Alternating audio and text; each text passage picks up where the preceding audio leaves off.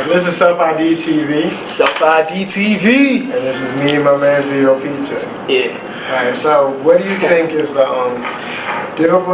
most difficult part about being an artist in a society that doesn't necessarily condone your art? It's being a revolutionary, you know what I'm saying? Really, like in everything you do, because everything you do and everything you say in your music is a revolutionary action, even if it's not overtly served. So, you know what I'm saying?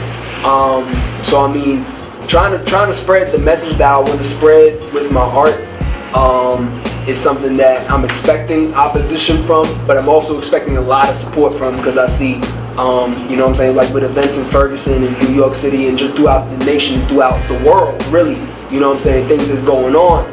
I know that the people got my back. I say it in one of my rhymes. You can bet the people back me because this brother is nice, you know what I'm saying? Yeah. Even if the powers that be don't support, I don't expect them to, and I don't want them to. So I mean, it's being me, being a revolutionary. Speaking of being revolutionary, how much do you think, you know, because our art today isn't the same as the art back then. We don't have Jill Scott Heron, you know what I'm saying? We don't have the different type of people that speak up and like fight and like put art in the movement also. Mm-hmm. So how do you feel that is, you know, what important do you think art is to the movement, and how do you think that's going to affect art and the movement going on? It's essential, bruh, and I'll tell you why, son. Alright, let's see. What's a good example of it? Alright, well, with the 70s and the 60s and the 70s, you had the emergence of like, re-emergence rather, of Black Power and all that, Black Panthers, like the disciples of Malcolm X and all them, Elijah Muhammad, Nation of Islam and all that. You have people like that, and right with that, you have the Black arts movement. You know what I'm saying? When you have people like Gil Scott Heron and you know what I'm saying, Amiri Baraka, Nina Simone, you got a bunch of people that's artists. Yeah, that artist community who spread the ideology to places where, say, Malcolm couldn't have gone, you know what I'm saying? To places where Elijah Muhammad couldn't have gone. They took it to further extents throughout the whole world, you know what I'm saying? Because music is universal, and so people are gonna vibe with the message to some degree, you know what I'm saying, or at least be able to understand it in a way that you can't do just by speaking to people, you know what I'm saying? The music hits you in your heart, and so I feel like that's my duty as an artist today, is to do that same thing that they did back then, you know what I'm saying, in a modern context, because really, things are different, but things are the same at the same time, you know what I'm saying? So, you know what I'm saying? We go be alright. You know, that's dope. Yeah, but something like, how do you feel, like, just speaking about the 60s and the 70s, son, because I was just thinking about, like, the clothes and the attire and how that affected people's feelings about themselves and all that. How do you feel clothes plays into the movement now? I feel clothes right now, it's not playing into the movement because the way people are thinking about clothes is necessarily, like, changed. I think clothes used to, you know, signify what you're doing, what you're about to do in the movement. You know, they had dashikis on back then. Mm-hmm. You know what I'm saying? They had the afro picks. You know, even though those are not clothes, it's a part of the fashion. It's part of that look. You know what I'm saying? We don't have that look anymore. You know, a beautiful dark-skinned girl was natural, and they're telling you, you got to put a weave on.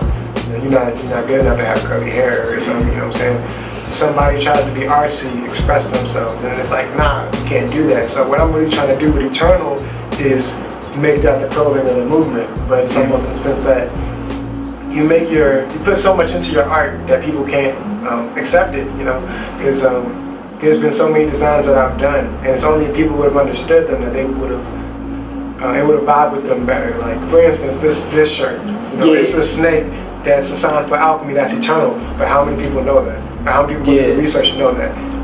I did a shirt for Ferguson. It said "We Are Eternal."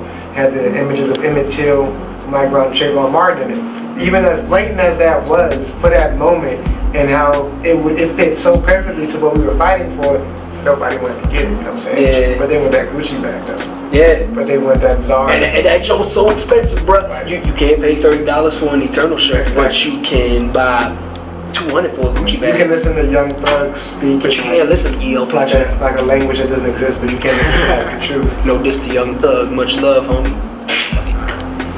I got one more question for you, and that is, do you think hip-hop is dead? Because I know a lot of people always say hip-hop is dead, And in my opinion, I feel like hip hop is censored because I know so many people that speak the truth. You know, I go to so many shows and I hear artists be spitting bars and knowledge, and it's the same thing people say we missing, but it's right here. It's right there. It's right there. You just put it the best way possible because I've always been like hip hop is alive and hip hop is dead at the same time. Like hip hop is dead in the mainstream. You know what I'm saying? Even though that's actually and alive in the underground. You know what I'm saying? But even like with artists who have been from the underground who have been able to penetrate the stigma in the mainstream with like real art, you know what I'm saying, and real music over the past few years, like Kendrick, like Cole, you know what I'm saying, cats like that who have been able to make it into the mainstream and still have their message, you know what I'm saying, and let it be heard.